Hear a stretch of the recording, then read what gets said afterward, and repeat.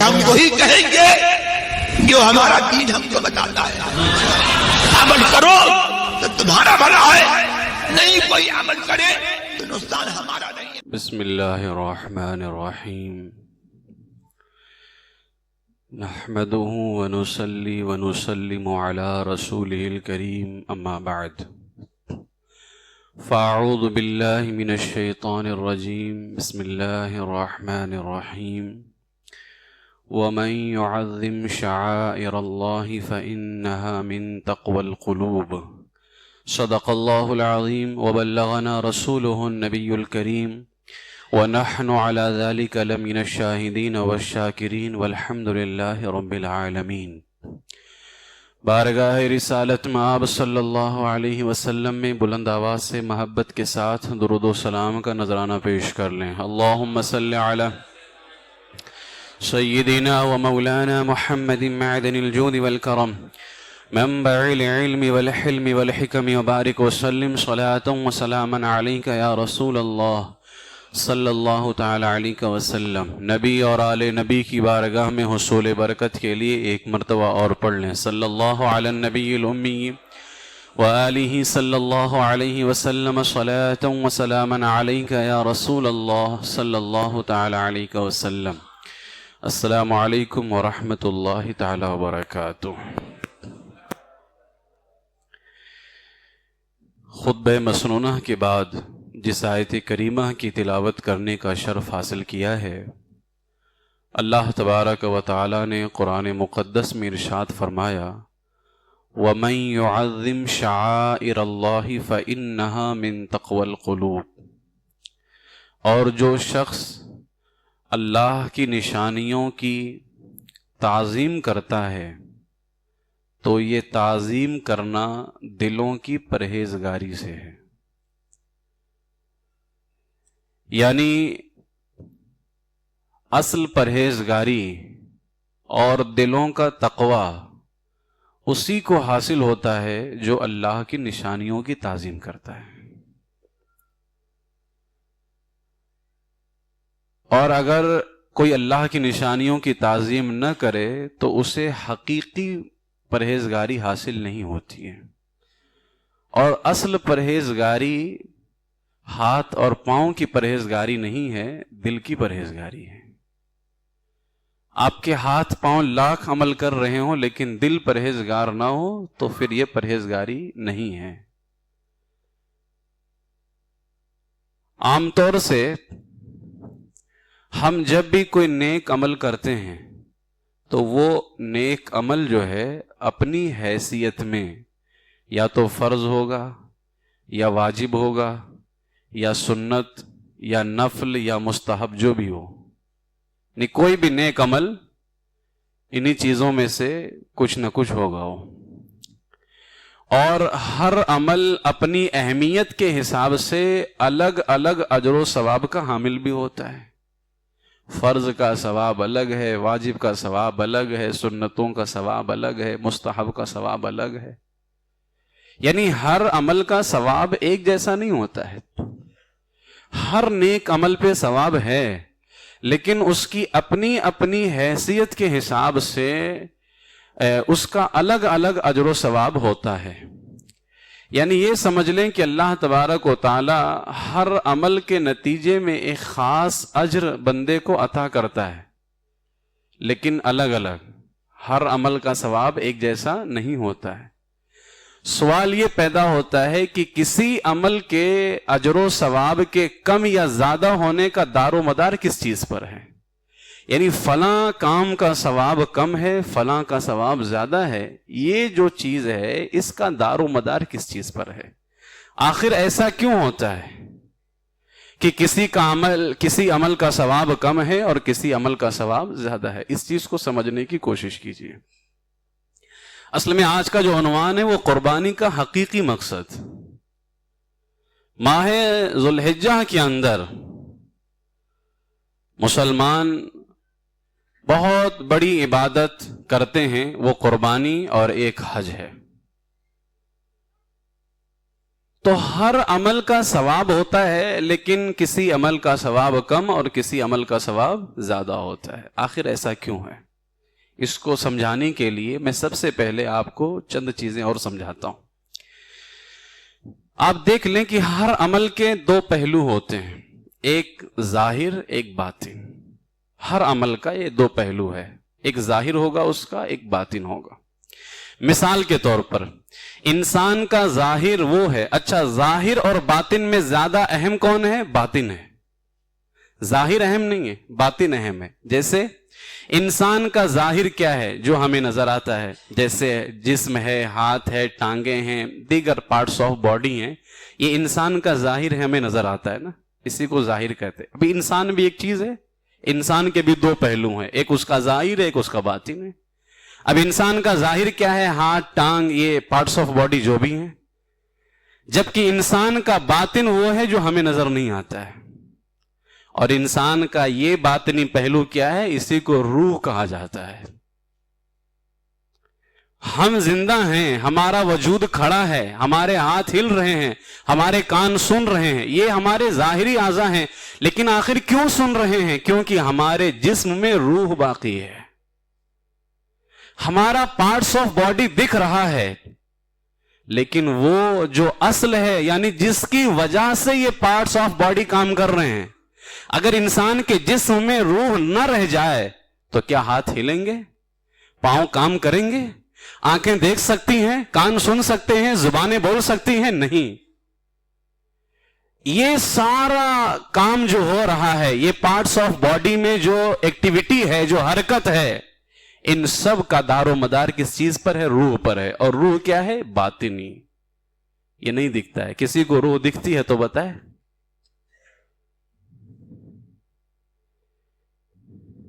اسی کو جان بھی کہتے ہیں. امام اہل سنت اعلی حضرت فرماتے نا کہ سرکار غارے سور کے اندر ہیں اور کافر اوپر ہی گھوم رہے ہیں. کافر اوپر ہی گھوم رہے ہیں. اور سرکار علیہ الصلوۃ والسلام کو اگر صرف کافر اپنے پاؤں کی طرف دیکھ لیتے تو سرکار غار میں دکھ جاتے تھے. لیکن کافروں کو سرکار نظر نہیں آئے. کیوں نظر نہیں آئے جانتے ہیں؟ اس وجہ سے کہ اللہ تعالیٰ نے سرکار کو کائنات کی جان بنا کر کے پیدا فرمایا ہے. جان ہے وہ جہان کی، جان ہے تو جہان ہے. سرکار جانے کائنات ہیں. اگر ہمارے چھوٹے سے جسم کی جان نظر نہیں آتی ہے تو جانے کائنات کیسے نظر آ جائیں گے؟ اسی لیے امام فرماتے ہیں جان ہے، جان کیا نظر آئے، کیوں عدو گرد غار پھرتے ہیں. یعنی وہ تو جان ہے، جانے کائنات کیسے؟ جب ہمارے جسم کی چھوٹی سی جان نظر نہیں آ سکتی ہے تو پھر میرے آقا علیہ السلام تو جانے کائنات ہیں، وہ کیسے نظر آ سکتے ہیں؟ کیوں دشمن بلا وجہ گرد غار پھرتے ہیں. تو جان یہ نظر نہ آنے والی چیز ہے. اب آپ ذرا دیکھیں، ہمارے جسم کا بھی دو پہلو ہو گیا، ایک اس کا پارٹس آف باڈی ہے جو ظاہر ہے، ایک اس کی روح ہے جو باطن ہے. لیکن ظاہر کے مقابلے میں روح کی اہمیت زیادہ ہے باطن کی. اگر روح نہ رہے تو ہمارا جسم کام کرنا تو دور کی بات ہے، کھڑا بھی نہیں رہ سکتا ہے، زمین پر آ جائے گا. آپ کو میرے خیال سے اتنی بات سمجھ میں آ گئی ہوگی کہ جو ظاہر ہوتا ہے وہ اتنی اہمیت نہیں رکھتا ہے جتنی اہمیت باطن رکھتا ہے. یہ بات سمجھ گئے نا کہ باطن کی اہمیت زیادہ ہے. ہر چیز کا یہ دو پہلو ہے. جیسے ہمارے جسم کا یہ دو پہلو ہوا، ایک ظاہر ایک باطن، ایسے ہی نیک عمل کا بھی دو پہلو ہوتا ہے، برے عمل کا بھی دو پہلو ہوتا ہے، ایک ظاہر ہوتا ہے ایک باطن ہوتا ہے. ہم لوگوں نے ظاہر پر توجہ تو دی ہے لیکن باطن پر توجہ نہیں دی ہے، جو اصل ہے. اور اصل کیا ہے؟ وہ باطن ہے. آپ ذرا دیکھیں، ہر عمل کے اندر ایک ظاہری نتیجہ ہے اور ایک باطنی نتیجہ ہے. مثال کے طور پر جب انسان کوئی نیک کام کرتا ہے تو اسے اس عمل کا جو اجر و ثواب ملتا ہے، یعنی اس عمل پر آپ کو فلاں اجر دیا گیا، فلاں ثواب دیا گیا، یہ اس کا ظاہری نتیجہ ہے. اب ظاہری نتیجہ کیوں کہا جاتا ہے؟ اس وجہ سے کہ ہمیں قرآن و سنت میں بتایا گیا ہے آپ یہ عمل کریں گے آپ کو اتنا ثواب ملے گا، آپ یہ کام کریں گے آپ کو اتنا ثواب ملے گا. یہ قرآن و سنت میں بتایا گیا. تو ہمارے عمل پر، یعنی نیک عمل پر، بندہ اگر کوئی نیک کام کرے تو اس کو جو اجر و ثواب دیا جاتا ہے یہ اس نیک عمل کا ظاہری ہے کہ قرآن و سنت میں بتا دیا گیا کہ اس پر تمہیں یہ ثواب ملے گا. اسی طریقے سے کوئی بندہ برا کام کرے تو اس کو جو سزائیں دی جاتی ہیں اور اس کے اوپر جو پریشانیاں آتی ہیں یہ اس کا ظاہری نتیجہ ہے, کیونکہ قرآن و سنت میں بتا دیا گیا کہ یہ گناہ کرو گے تو اس مصیبت میں آ جاؤ گے, یہ نافرمانی کرو گے تو اس مصیبت میں آ جاؤ گے. یہ ظاہری نتیجہ ہے. لیکن نیک کام ہو یا برے کام ہو, ان دونوں کا ایک باطنی نتیجہ بھی ہے, اور وہ باطنی نتیجہ حدیث پاک کی روشنی میں دیکھیں. میرے آقا علیہ السلام نے فرمایا جب بندہ نیک کام کرتا ہے اجر و ثواب تو اسے اللہ عطا کرتا ہی کرتا ہے, یہ اس کا ظاہری نتیجہ ہے, ظاہری بدلہ ہے. لیکن جب کوئی ایک نیک کام کرتا ہے اللہ بدلے میں اس کے دل پر ایک سفید نور کا نشان لگا دیتا ہے, یہی اس کا باطنی نتیجہ ہے جو ہمیں دکھتا نہیں ہے. بندہ کسی کے ساتھ بھلائی کرے اللہ تعالیٰ اس کو ثواب دے دیتا ہے, یہ بھی بڑھ جاتا ہے, ہمیں دکھ رہا ہے اس کا بڑھنا. لیکن اس نیک کام کے بدلے میں اللہ نے اس کے دل پر جو سفید نور کا نشان لگایا ہے یہ ہمیں نہیں دکھتا ہے, یہ نہیں دکھتا ہے. اور حضور نے فرمایا بندہ نیک کام کرتا رہتا ہے یہاں تک کہ اللہ تعالیٰ اس کے پورے دل کو منور و مجلہ فرما دیتا ہے. اور حدیث پاک میں ہے جب بندہ کوئی برا کام کرتا ہے, گناہ کا کام کرتا ہے, اس کے دل پر ایک کالا نقطہ بٹھا دیا جاتا ہے, وہ بندہ گناہ کرتا رہتا ہے یہاں تک کہ اس کا پورا دل کالا ہو جاتا ہے. اب جب پورا دل کالا ہو جاتا ہے اس پر حق باتیں اثر نہیں کرتی ہیں. یہی انسان کا باطنی ہے میرے عزیزوں, یہ ہمیں نہیں دکھتا ہے, نہیں دکھتا ہمیں. میں نے علم حاصل کیا, نیک کام ہے, اللہ نے اس کا بدلہ دیا, وہ آپ کو بھی دکھتا ہے, ہمیں بھی دکھتا ہے. لیکن نیک کام کی بنیاد پر ہمارے دل پر جو نور کا نشان لگایا جاتا ہے یہ نہ آپ کو دکھتا ہے نہ ہمیں دکھتا ہے. اور وہی اہم ہے, اہم وہی ہے جو باطن ہے. اس لیے میں نے ابھی آپ کو پہلے مثال سمجھا دیا کہ انسان کی روح اگر نہ رہے تو پارٹس آف باڈی کام نہیں کر سکتے ہیں. پارٹس آف باڈی ظاہر ہے, ظاہر دکھ رہا ہے, لیکن روح نہیں دکھتی ہے. لیکن اس کی اہمیت ظاہر کے مقابلے میں زیادہ ہے, ہاتھ پاؤں کے مقابلے میں زیادہ ہے. انسان تو وہ بھی زندہ ہے جس کے ہاتھ نہیں ہے, انسان تو وہ بھی زندہ ہے جس کے پاؤں نہیں ہے. پتا چلا کہ ہاتھ پاؤں اصل نہیں ہے, اصل روح ہے, باطن ہے. اسی طریقے سے جو اجر و ثواب ہمیں دیا جاتا ہے یہ اصل نہیں ہے, اصل یہ ہے کہ اللہ کی بارگاہ کے اندر تمہیں دل کی پرہیزگاری حاصل ہوئی یا نہیں ہوئی. یہی تو ہے کہ سرکار علیہ السلام نے فرمایا کہ جب بندہ جو ہے نیک کام کرتا ہے اللہ تبارک و تعالیٰ اس کے دل پر نور کا نشان لگا دیتا ہے. تو اللہ نے فرمایا وَمَن يُعَظِّمْ شَعَائِرَ اللَّهِ فَإِنَّهَا مِن تَقْوَى الْقُلُوبِ, جو اللہ کی نشانیوں کی تعظیم کرتا ہے یہی دل کی پرہیزگاری ہے. اور دل کی پرہیزگاری اسی کو کہتے ہیں کہ نیک کام جو آپ نے کیا ہے اس نیک کام کی بنیاد پر آپ کے دل میں نور کا نشان لگا دیا جائے. اب یہاں پر اس سے ایک بات یہ پتا چل گئی کہ ہر نیک عمل اپنے باطن میں نور رکھتا ہے, کہ جب نیک کام کرو گے دل پر نور کا نشان لگایا جاتا ہے.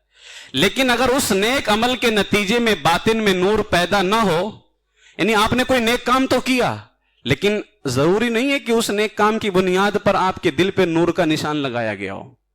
یہی میں سمجھانا چاہتا ہوں, وہ چیز تو ادا ہو جائے گی لیکن اس کے جو اثرات ہیں, اس کے جو فوائد ہیں وہ پورے نہیں ہوں گے. اس کو ایک مثال سے میں سمجھاتا ہوں. قرآن پاک میں اللہ نے کیا فرمایا, ان الصلاۃ تنہا عن الفحشاء والمنکر, نماز بے حیائی اور بری باتوں سے روکتی ہے. قرآن پر تو ہر ایک کا ایمان ہے نا, صرف یقین نہیں ایمان ہے. قرآن کیا کہتا ہے, نماز بے حیائی اور بری باتوں سے روکتی ہے. آج آپ دیکھ لیں ہم نماز بھی پڑھتے ہیں لیکن بری باتوں سے نہیں روکتے ہیں. تو اب یا تو قرآن جھوٹا ہے یا ہماری نمازیں صحیح نہیں ہوئی ہیں. اب کیا کہیں گے آپ؟ قرآن کو تو جھوٹا کہہ نہیں سکتے, بچا دوسرا کہ ہمارے ہی عمل میں کمی ہے. ورنہ قرآن تو کہہ رہا ہے کہ نماز بے حیائی اور بری باتوں سے روکتی ہے, اور یہ اللہ کا فرمان ہے اور اللہ سچ فرماتا ہے. اس کی بات سے زیادہ کسی کی بات سچی ہو ہی نہیں سکتی ہے, اس کے کلام سے زیادہ کسی کا کلام سچا ہو ہی نہیں سکتا ہے. اور وہ کہہ رہا ہے نماز بے حیائی اور بری باتوں سے روکتی ہے. لیکن آج ہم دیکھتے ہیں نماز بھی ادا کرتے ہیں لیکن برے کاموں کو بھی انجام دیتے ہیں. ایسا کیوں ہے؟ اب آپ دیکھیں, نماز تو اس کی جو فرض تھا وہ فرض ساقط ہو جاتا ہے, لیکن اس نماز کی بنیاد پر جو اس کے دل پہ نور کا نشان بیٹھنا چاہیے تھا وہ نشان نہیں ملا اس کو، وہ نشان اسے نہیں ملا۔ اب نماز ہم پڑھتے ہیں، ہمارے ظاہری کام تو ہو رہے ہیں، یعنی ہاتھیں بھی حرکت کر رہے ہیں، پاؤں بھی حرکت کر رہے ہیں، سارا کچھ ہو رہا ہے، لیکن جس طریقے سے ہمیں نماز ادا کرنا چاہیے، جس خشوع کے ساتھ ہمیں نماز ادا کرنا چاہیے، جس طریقے سے اللہ تبارک و تعالیٰ چاہتا ہے کہ میرا بندہ اس طرح نماز ادا کرے، ہم نے اس طرح سے نماز ادا نہ کیا تو نماز تو ادا ہو گئی کہ فرض ساقط ہو گیا، لیکن جو بارگاہ مولا سے ہمیں باطن کا نور ملنا چاہیے تھا، دل کی پرہیزگاری ملنی چاہیے تھی، وہ ہمیں حاصل نہیں ہوئی ہے۔ اور بے حیائی سے یہ ہمارا جو وجود حرکت کرتا ہے یہ نہیں بچانے والا ہے۔ نماز پڑھنے کی بنیاد پر جو ہمیں دل کا نور ملنے والا تھا وہی نور ہمیں بے حیائی سے بچانے والا تھا، لیکن وہ نور ہمیں حاصل نہیں ہوا ہے۔ اب آخر وہ نور ہمیں حاصل کیسے ہوگا؟ تو یاد رکھ لیں میرے عزیزوں، مومن بندہ جو ہوتا ہے نا وہ اپنی زندگی کا ہر کام اللہ کی خوشی کے لیے کرتا ہے، ہر کام اللہ کی خوشی اس کی رضا کے لیے کرتا ہے۔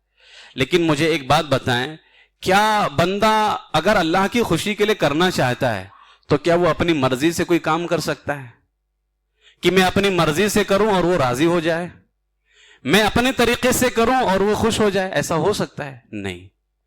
اگر اور یہاں بات یہ بھی ہے کہ اس عمل کا حکم اسی نے دیا ہے، بھائی جب اس عمل کا حکم اسی نے دیا ہے تو اب ہمیں اس عمل کو کرنا بھی اسی طرح سے ہے جس طرح سے مولا نے حکم دیا ہے۔ اگر اس کی مرضی کے مطابق ہم نے وہ کام کیا تو ہمارا وہ کام بھی پورا ہو جائے گا اور ہمیں دل کا نور بھی حاصل ہو جائے گا۔ لیکن اگر اس کی مرضی کے مطابق نہیں ہے تو کام تو ہو جائے گا لیکن جو دل کا نور تھا وہ ہمیں حاصل نہیں ہوگا۔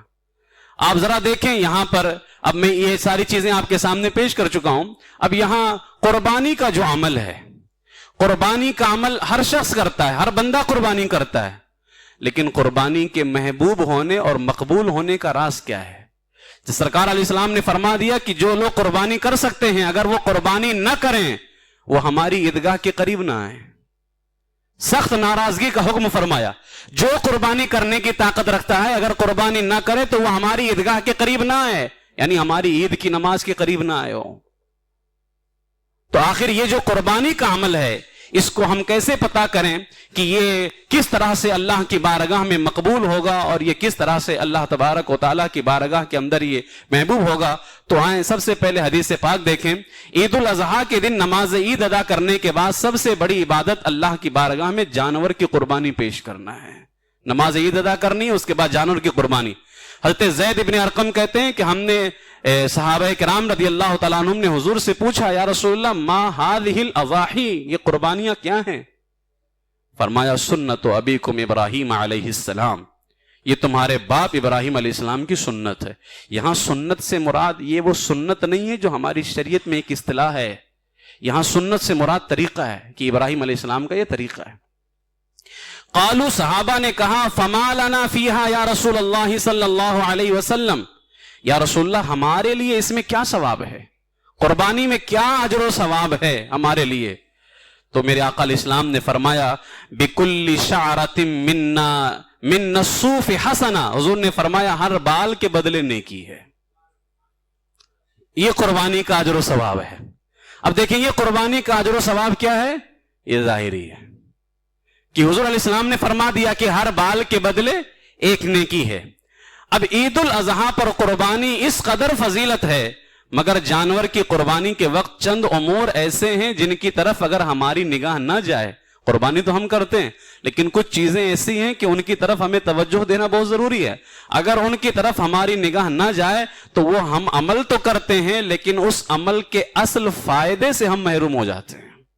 ہمارا عمل تو ہو گیا، قربانی ہم پر واجب تھی، وہ واجب بھی ختم ہو گیا، لیکن اس عمل کا جو اصل فائدہ ہوتا ہے ہم اس سے محروم ہو جاتے ہیں۔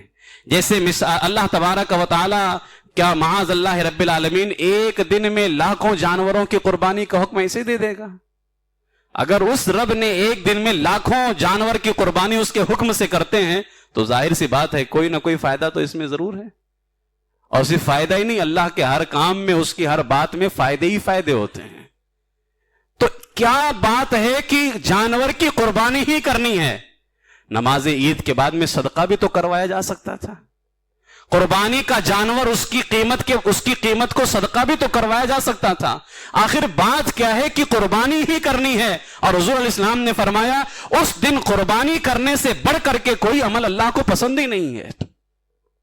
کیا بات ہے آخر. اللہ تبارک و تعالی کے رسول ہمارے آقا صلی اللہ علیہ وسلم نے فرمایا, حدیث پاک میں آتا ہے کہ ابن آدم نے قربانی کے دن خون بہانے یعنی قربانی کرنے سے زیادہ خدا کے بارگاہ میں پسندیدہ کوئی کام نہیں کیا, اور بے شک وہ قربانی کا جانور قیامت کے دن اپنے سینگوں, بالوں اور کھروں کے ساتھ آئے گا, اور بے شک خون زمین پر گرنے سے پہلے وہ اللہ کی بارگاہ میں مقبول ہو جاتا ہے. اس کا خون زمین پر گرنے سے پہلے وہ اللہ کی بارگاہ میں مقبول ہو جاتا ہے. اب حضور علیہ الصلوۃ والسلام کی اس حدیث پاک میں آخری جملے پہ غور کیجئے. حضور نے فرمایا فطیبوا بها نفسا, اپنی قربانی کو خوش دلی سے کرو, خوش دلی سے قربانی کرو. گویا عید الاضحیٰ کے دن اللہ تعالیٰ کو ایک مسلمان کی طرف سے کی گئی قربانی سے زیادہ کوئی عمل پیارا نہیں ہے. اللہ کو اگر پیارا ہے وہ قربانی کرنا ہے. عید الاضحیٰ کے دن نماز عید کے بعد اللہ کو سب سے پیارا عمل کیا ہے؟ قربانی کرنا ہے, اور یہ عمل انتہائی مقبول اللہ کی بارگاہ میں. اب قربانی کا جو عمل ہے, قربانی جو کرتے ہیں, اس کے پیچھے کیا راز پوشیدہ ہے؟ جس مقصد نے ہماری اصلاح کرنی تھی اور ہمیں سدھارنا تھا, قربانی کا جو حقیقی مقصد ہے, اس میں آخر راز کیا ہے, کیا وجہ ہے؟ تو یہاں پر آپ ذرا دیکھیں, اس سوال کا جواب یہ ہے کہ اگر بات صرف خیرات کی ہوتی, یعنی اگر کوئی بندہ یہ کہے کہ گوشت دے دیا جائے قربانی کا, فرمایا گیا کہ غریبوں کو دے دو, رشتہ داروں کو دے دو, تو گوشت خرید کر کے بھی تو دیا جا سکتا تھا. قربانی ہی کر کے کیوں دینی ہے؟ آپ مالدار ہیں, آپ گئے گوشت خرید کر کے لے آئے, غریبوں کو دے دیا, رشتہ داروں کو دے دیا. یہ بھی تو گوشت اگر دینا مقصد ہوتا, یعنی لوگ یہ کہتے ہیں کہ قربانی اس وجہ سے کرتے ہیں تاکہ ہاں ہو سکتی ہے قربانی کی وجہ, لیکن حقیقی مقصد یہ نہیں ہے. قربانی کا حقیقی مقصد یہ نہیں ہے گوشت دینا. صرف گوشت دینے کی بات ہوتی تو آپ خرید کر کے بھی دے سکتے تھے, آخر قربانی کر کے کیوں دینی ہے؟ اس کا مقصد حدیث پاک کے اندر بہت ہی پوشیدہ راز ہے, آپ اس پہ غور کیجئے. میرے آقا علیہ السلام نے ایک دن امی جان سے فرمایا, یا عائشہ حلم المدیہ, چھری لاؤ, چھری لاؤ. پھر فرمایا اشحذیہا بحجر, اسے پتھر پر تیز کرو, چھری کو پتھر پر تیز کرو. امی جان فرماتی ہیں ففعلت, میں نے اسے تیز کر دیا چھری کو. پھر میرے آقا علیہ السلام نے مینڈھے کو پہلو کے بل لٹایا اور ذبح کیا. یہ عمل حضور کا ہے کہ حضور نے اس کو لٹایا اور ذبح کیا. اب قربانی کا حقیقی مقصد یہی ہے, ورنہ آپ قربانی گوشت خرید کر کے بھی غریبوں میں, رشتہ داروں میں تقسیم کر سکتے تھے. آخر اللہ تبارک و تعالیٰ قربانی ہی کیوں کروانا چاہتا ہے؟ اس کا مقصد کچھ اور ہے. گوشت کھانا یا کھلانا مقصد نہیں ہے, مقصد کچھ اور ہے. مقصد یہ تھا, حضور نے فرمایا چھری تیز کرو. آپ امی جان نے چھری تیز کی, حضور نے پہلو کے بل لٹایا اور ذبح کر دیا. اس میں دو باتیں, اس عمل میں حضور کے دو باتوں پہ توجہ دیجیے گا. پہلی بات, اپنی قربانی کو ذبح ہوتے ہوئے دیکھنا, اپنی قربانی کو ذبح ہوتے ہوئے دیکھنا. اور دوسری بات یہ ہے اپنے ہاتھوں سے قربانی کرنا. حضور علیہ السلام کے اس عمل میں دو باتوں پہ دھیان دیجیے بس, اور یہی حقیقی مقصد ہے. اپنی قربانی کو ذبح ہوتے ہوئے دیکھنا اور اپنے ہاتھوں سے اپنی قربانی کرنا. ہمارا طرز عمل آج یہ ہے کہ ہم نے اپنے جانور کو خود نہ ذبح کرتے ہیں اور نہ اسے ذبح ہوتے ہوئے دیکھتے ہیں. وہ ایک زکوٰۃ کی طرح ہم نے اصول بنا لیا ہے کہ زکوٰۃ کی رقم کسی کے حوالے کر دی کہ فلاں غریب کو دے دینا, فلاں کو دے دینا, فلاں مسکین کو دے دینا. یہی حال آج ہماری قربانی کے اندر ہے. ہم نے جانور تو لے لیا, بس ہم نے بچے سے کہہ دیا بیٹا قربانی کروا دے, نام بتا دیا, فلاں کو بلا لیا, قربانی کر کے چلے گئے. جس کی طرف سے قربانی ہے نہ وہ خود قربانی کرتا ہے اور نہ قربانی کرتے ہوئے دیکھتا ہے. قربانی کی سرکار علیہ الصلوۃ والسلام کے اس عمل کے اندر یہ دو چیزیں میرے عزیزوں بہت اہم ہیں. اپنی قربانی کو خود ذبح ہوتے ہوئے دیکھنا اور اپنے ہاتھ سے اپنی قربانی کو کرنا. اور جب تک کہ ان دو چیزوں پر ہمارا عمل نہیں ہوگا, قربانی کا حقیقی مقصد ہمیں نہیں حاصل ہو سکتا ہے. سرور کائنات صلی اللہ تعالی علیہ وسلم جانوروں کی قربانی دیتے, آخر کیوں سرکار نے اپنے ہاتھ سے قربانی دی؟ کیا صحابہ کرام کو حکم نہیں دے سکتے تھے میرے صحابہ تم قربانی کر دو؟ صحابہ کرام تو حضور علیہ الصلوۃ والسلام وضو فرمائیں، حضور علیہ السلام کے وضو کا پانی زمین پر نہیں آنے دیتے تھے. حضور علیہ الصلوۃ والسلام اپنی ناک مبارک صاف کریں تو صحابہ اسے زمین پر نہیں آنے دیتے، اپنے ہاتھوں پر لے کر کے اپنے جسموں پر ملتے تھے. اور صحابہ کرام حضور کو کوئی کام کرتا ہوا دیکھتے آگے خود بڑھ جاتے، یا رسول اللہ ہمیں اٹھانے دیجئے. آخر سوال پیدا ہوتا ہے کہ پھر قربانی حضور اپنے ہاتھ سے کیوں کرتے تھے؟ کیا صحابہ کرام آگے نہیں بڑھ سکتے تھے؟ یا صحابہ کو حضور حکم نہیں دے سکتے تھے میرے صحابہ قربانی کرو؟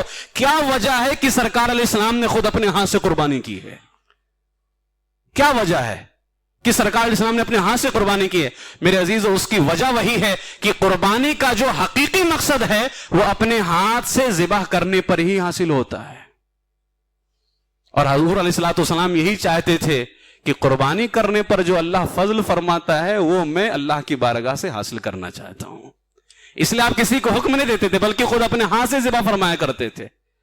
اب ذرا اس راز کی تلاش میں کہ خود کیوں سرکار نے دیا، یہ راز ہے نا ایک کہ سرکار نے خود سے قربانی کیوں کی، اس راز کو تلاش کرنا ہے تو ذرا قرآن پڑھیے.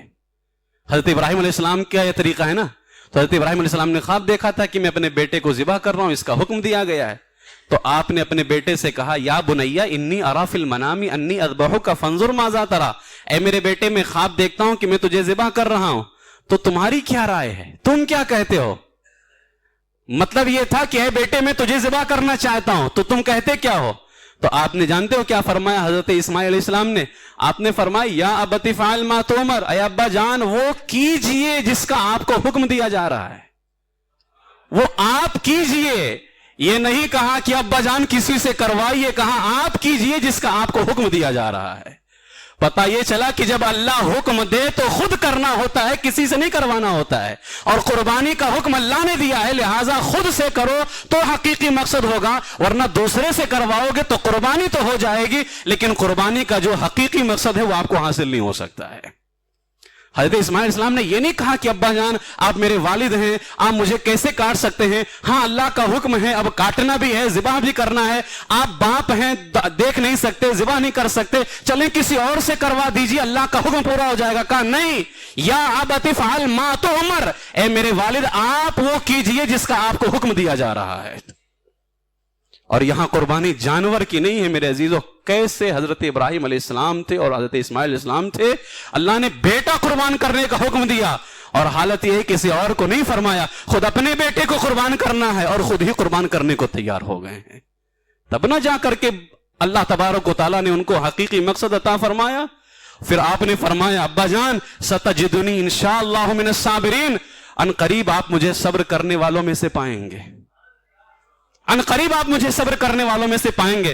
جب حضرت ابراہیم علیہ السلام نے اپنے بیٹے کو لٹا دیا، کسی اور کو حکم نہیں دیا، خود لٹایا، خود ذبح کر رہے ہیں، اللہ تبارک و تعالیٰ نے جنت سے دمبا بھیجا اور جنتی دمبا حضرت اسماعیل کی جگہ قربان ہو گیا. اور اللہ نے اس عمل کو، اب ذرا دیکھیے گا، میں یہی سمجھانا چاہتا ہوں میرے عزیزو، قربانی آپ کر رہے ہیں، اس کا جو ظاہری نتیجہ ہے کہ قربانی آپ کے اوپر واجب تھی وہ ختم ہو گیا، جو ثواب ملنا تھا ہر بال کے بدلے نیکی وہ مل گئی ہے. لیکن جو حقیقی مقصد ہے، جب حضرت ابراہیم علیہ السلام نے اپنے بیٹے کو خود سے ذبح کرنے تیار ہو گئے، اللہ نے اس عمل کو ایسا قبول فرمایا، ایسا قبول فرمایا کہ بیٹے کو تو بچایا ہی بچایا. اللہ نے فرمایا وَفَدَيْنَاهُ بِذِبْحٍ عَظِيمٍ، ہم نے ایک بہت بڑی قربانی کے ساتھ میں اس کا فدیہ ادا کر دیا ہے. اور وہ قربانی کیا ہے کہ جنتی دمبا بھیج کر کے. اب حضرت اسماعیل علیہ السلام کو تو بچانا ہی تھا کیونکہ ان کی نسل میں ہمارے آقا علیہ السلام کو پیدا ہونا تھا. اور اللہ تبارک و تعالیٰ نے اس قربانی کا، علماء یہ بھی فرماتے ہیں کہ آپ نے یہ قربانی پھر حضرت خانہ کعبہ کی تعمیر کی تو حضرت ابراہیم علیہ السلام نے جو یہ قربانی دی تھی اس کا مقصد پورا ہونے کا اب وقت آ گیا تھا کہ جو اپنے بیٹے کو قربان کرنے تیار ہو گیا. اللہ نے پوچھا ابراہیم کیا مانگتے ہو؟ تو حضرت ابراہیم علیہ السلام نے فرمایا ربنا وابعث فیہم رسولا منہم یتلو علیہم آیاتک ویعلمہم الکتاب والحکمت ویزکیہم، اے اللہ میری نسل میں اس رسول کو پیدا فرما جو تیرا آخری رسول ہے. یہ ہے میرے عزیزو قربانی کا مقصد اصل. اپنے بیٹے کو خود سے ذبح کرنے تیار ہو گئے. سارے انبیاء کرام، حضرت ابراہیم علیہ السلام کی دو اولادیں نا، حضرت اسماعیل علیہ السلام اور ادھر حضرت اسحاق علیہ السلام، حضرت اسحاق علیہ السلام کی اولاد میں سارے انبیاء کرام تشریف لے کر کے آئے، جتنے بنی اسرائیل کے انبیاء ہیں، لیکن حضرت اسماعیل علیہ السلام جو حضرت ابراہیم کے بیٹے ہیں، ان کی نسل میں امام الانبیاء تشریف لے کر کے آئے ہیں۔ تو آج ہماری قربانیوں کا بھی یہ جو ہے ہو سکتا ہے کہ اگر ہم اپنے سے قربانی کریں تو اللہ تبارک و تعالیٰ کی بارگاہ سے ہمیں امید ہے کہ ہماری نسلوں میں اللہ تبارک و تعالیٰ عاشق رسول ضرور پیدا فرمائے گا۔ میرے عزیزو، کوشش کرو کہ اپنے سے قربانی کرو، ہے نا۔ اور بہت ساری باتیں انشاءاللہ تبارک و تعالیٰ پھر درس وغیرہ میں ہم بیان کریں گے آپ سے، لیکن میں اتنی گزارش ضرور کرتا ہوں، قربانی بہت جیسے ہمارے کچھ بوڑھے حضرات ہیں قربانی اپنے سے نہیں کر سکتے، تو کم سے کم اپنی قربانی ہوتے ہوئے ضرور دیکھو، خود دیکھو۔ اور یہ بہت پیارا عمل ہے، کیونکہ حضرت اسماعیل علیہ السلام حضرت ابراہیم کو بڑے پیارے تھے، بڑھاپے میں اللہ نے اولاد دی تھی نا، اللہ تبارک و تعالیٰ نے انہی سے ذبح کرنے کا حکم دیا کہ تم ذبح کرو، کیوں؟ پیارے تھے۔ اسی لیے کہا جاتا ہے جانور کو پہلے لے کر کے آؤ، ذرا اس کو اپنے پاس رکھو، کھلاؤ پلاؤ تاکہ اس سے محبت ہو جائے، پھر اس کو اپنے سے قربان کرو۔ اللہ فرماتا ہے لن تنالوا البر حتى تنفقوا مما تحبون، کامیابی ہرگز حاصل نہیں کر سکتے جب تک اپنی پسندیدہ چیز اللہ کی بارگاہ میں خرچ نہ کرو۔ اس لیے کوشش میرے عزیزوں کرو، انشاءاللہ تبارک و تعالیٰ آپ لوگ تشریف لائیں، اتوار کے دن ظہر میں جو درس ہوتا ہے انشاءاللہ تعالیٰ اس میں قربانی کرنے کا طریقہ میں بتاتا ہوں، انشاءاللہ دعائیں وغیرہ بتاتے ہیں ہم آپ کو، خود سے قربانی کرنے کی کوشش کیجیے۔ اللہ تبارک و تعالیٰ جو لوگ بھی ہمارے بھائی قربانی کرنے والے ہیں ان کے عمل کو قبول فرمائے، اور صحیح معنوں میں اللہ تعالیٰ ان سب کو قربانی کرنے کی توفیق نصیب فرمائے، ایمان پر زندہ رکھے، ایمان ہی پر خاتمہ بالخیر فرمائے۔